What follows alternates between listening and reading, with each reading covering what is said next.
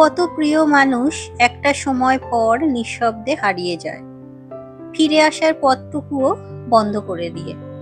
কিন্তু তার রেখে যাওয়া স্মৃতি, তার ছোট ছোট কাজগুলো তাকে বারবার মনের মাঝে বাঁচিয়ে তোলে। নমস্কার বন্ধুরা, আশা করি তোমরা সবাই খুব ভালো আছো।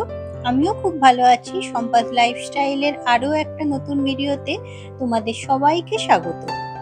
প্রত্যেক দিনের মতোই সকালের বাসি ঘরগুলো একটু ঝাড় দিয়ে তারপর চলে এসেছি রান্নাঘরে। রান্নার অর্ধেক ব্যবস্থা কাল রাতেই করে রেখেছিলাম নিয়ম মতো। এখন শুধু রান্নাটা করার পালা। তবে প্রথমেই এখানে চাটা করে রাখলাম, এদিকে ভাতটাও বসিয়ে দিয়েছি। বাবা একটু নোটে শাক এনেছিল বাজার থেকে, তো সেটাও কাল কেটে রেখেছিলাম। আর যে কোনো শাক রান্না করতে তো জানোই সময়টা একটু বেশিই লাগে। আসলে রান্না করতে নয়, বরং রান্নার আগে তৈরি করতে বেশি সময় লাগে। তো যাই হোক, নোটে শাক দেখলেই না মায়ের কথা খুব মনে পড়ে। আমার সরল সাদাসিধে মনের মাটা খুব একটা নামি দামি রান্না না পারলেও সাধারণ রান্নাগুলোই খুব ভালোবেসে করত। আর তাই খেয়ে কেউ যখন ভালো বলতো, কি যে খুশি হতো। বিয়ের পরে যখনই বাপের বাড়ি যেতাম, সারা দিন মা আমার পছন্দের রান্নাগুলোই করতো। আর সত্যি কথা বলতে কি, সেই স্বাদ যেন এখনো মুখে লেগে আছে। মা নটে শাকের এই চচ্চড়িটা খুব বানাতো, এত ভালো লাগতো আমার যে পুরো ভাত ওই দিয়েই খাওয়া হয়ে যেত। মা আবার বকতো যে শাক দিয়ে শুধু ভাত খেতে নেই, অন্য কিছু তো একটু নে।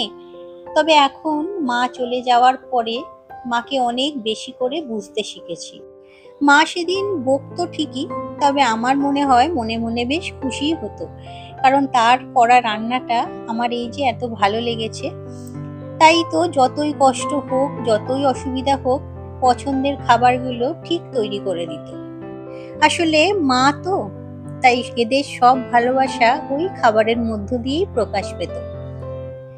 মা আজ 1.5 বছর হলো চলে গেছে, ফেরার সব রাস্তা বন্ধ করে। তবে মায়ের এই সাদামাটা রান্নাগুলো করার একটু চেষ্টা করি, কিন্তু কেন জানি না আগের মতো হয় না। নোটে শাক দিয়ে অনেক কিছুই রান্না হয়, তবে আমার শাকটা দেখলেই এই রান্নাটাই খেতে ইচ্ছা হয়। তবে মা আর করে দেয় না। এই রান্নাটা জানো তো মুসুর ডালের বড়া দিয়েই মা করতো, আর খেতে বেশ ভালো লাগতো। তাই ওইভাবেই করার একটু চেষ্টা করি। আর এদিকে একটু মাছের ঝালও করে নিয়েছিলাম ধনেপাতা দিয়ে, সেটা শেয়ার করলাম না। তবে আজকে বাড়িতে একটা নতুন জিনিস রান্না করব, সেটা হলো এই যে সজনে ডাঁটা দিয়ে আর পাঁচমিশালি কিছু সবজি দিয়ে একটা রান্না। আজ প্রথম আমার শ্বশুর বাড়িতে সজনে ডাঁটা রান্না করছি। খেতে ভালোবাসি, তবে এই বাড়িতে আর কেউ পছন্দ করে না, তাই রান্নাও হয় না। বাবা আসলে অনেক কিছু সবজি পছন্দ করে না, আর তাই সেগুলো আনেও না। তোমাদের দাদাভাই যখন আগে বাজার করতো, তখন তাও কয়েকটা জিনিস আসতো, তবে সে সময় করে উঠতে পারে না বলে দায়িত্ব বাবাই নিয়ে নিয়েছে। তাই লিমিটেড কিছু সবজি ছাড়া আমাদের বাড়িতে খুব একটা বেশি কিছু আসে না। আর শাক এ তো কখনোই না। একমাত্র আমার বাপের বাড়ি থেকে পাঠালে বা আমি নিজে কিনে আনলে তবেই আমার শাক খাওয়া হতো। তবে এখন টিভিতে নানা রকম ভিডিও দেখে কেন জানি না মাথায় এসেছে এইসব খাওয়ার কথা, তাই নিয়ে আসছে, অগত্যা রান্না হচ্ছে। বয়স হলে আসলে মানুষের অনেক রকমই পরিবর্তন হয়, এটাও হয়তো তাই। আমাদেরও হয়তো হবে। এখন অনেক কিছুই খারাপ লাগে, ভালো লাগে, পরে হয়তো সেটা চেঞ্জ হয়ে যাবে। আজকে সজনে ডাঁটাটা কুমড়ো, বেগুন, আলু, শিম, যা যা ফ্রিজে টুকটাক ছিল সব সবজি দিয়ে দিয়েছি। আর বাটনা এর মধ্যে দিয়েছিলাম আদা, রাঁধুনি আর কালো জিরে বাটা। তাই দিয়েই করেছিলাম, খেতে বেশ ভালোই হয়েছিল। তবে একটু বেশি করে মিষ্টি দিয়েছিলাম, কারণ মিষ্টি জাতীয় সবজিগুলো আমাদের বাড়িতে আবার সবাই একটু বেশিই ভালোবাসে। তো বড়িও কয়েকটা ভেজে রেখেছিলাম, সেগুলো একটু এর সঙ্গে দিয়ে দিলাম। বড়ি দিয়ে যে কোনো পাঁচমিশালি নিরামিষ সবজি কিন্তু খেতে বেশ ভালোই লাগে। তো রান্না আমার কমপ্লিট। এই হলো আমার নোটে শাকের চচ্চড়ি, আর এইখানে একটা ভাজা মাছ রেখেছি বাবির। আর এখানে আমাদের জন্য করেছিলাম সজনে ডাঁটা, বেগুন, আলু, ওই যে তরকারিটা। আর এছাড়া আমাদের জন্য মাছ দিয়ে একটু এই যে ধনেপাতা বাটা, পেঁয়াজ রসুন দিয়ে একটু মাছের ঝাল করেছি। এই হলো আমার আজকের দুপুরের মেনু। এদিকে রান্নাঘরটাও পরিষ্কার হয়ে গেছে। এবার যাব বাবিকে ডাকতে। ছেলের আমার ঘুম ভাঙলেও বিছানা ছাড়তে ইচ্ছা হয় না। এই যে তাই একটু ভুলিয়ে বালিয়ে আদর করে তুলে নিয়ে যেতে হয়।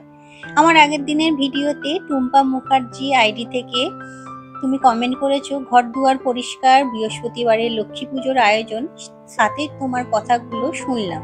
সব মিলিয়ে ভিডিওটা খুব সুন্দর লাগলো। অনেক শুভেচ্ছা ও শুভকামনা রইল।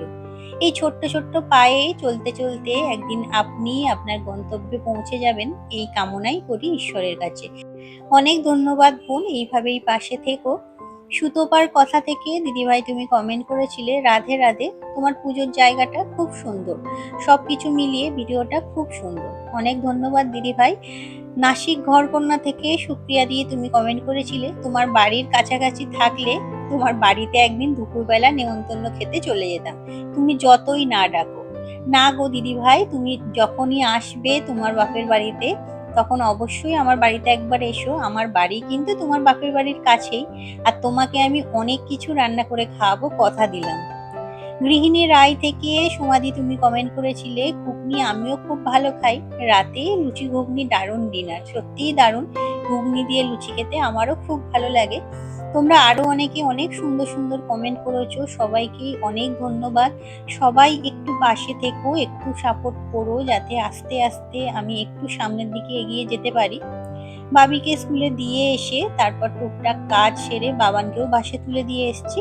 কিছু কাঁচা জামা কাপড় ছিল, সেগুলো ভাঁজ করে একেবারে রেখে এখন চলে এসেছি ঝাড়টা দেওয়ার জন্য। আর সকালে না যতই তাড়াতাড়ি উঠি না কেন, সেই যেন কাজ করতে রোজ দেরিই হয়ে যাচ্ছে। আর বাইরে দেখো কিরকম চড়া রোদ বেরিয়েছে। আজকে জামা কাপড়গুলো এখনো কাঁচা হয়নি, তাই শুকোতেও দেওয়া হয়নি, ওয়াশিং মেশিনেই কাঁচা চলছে। তবে বাবিকে স্কুল থেকে এনে তারপরে ভাবছি ওগুলো শুকোতে দেবো, এখন ওসব করতে গেলে অনেকটাই দেরি হয়ে যাবে।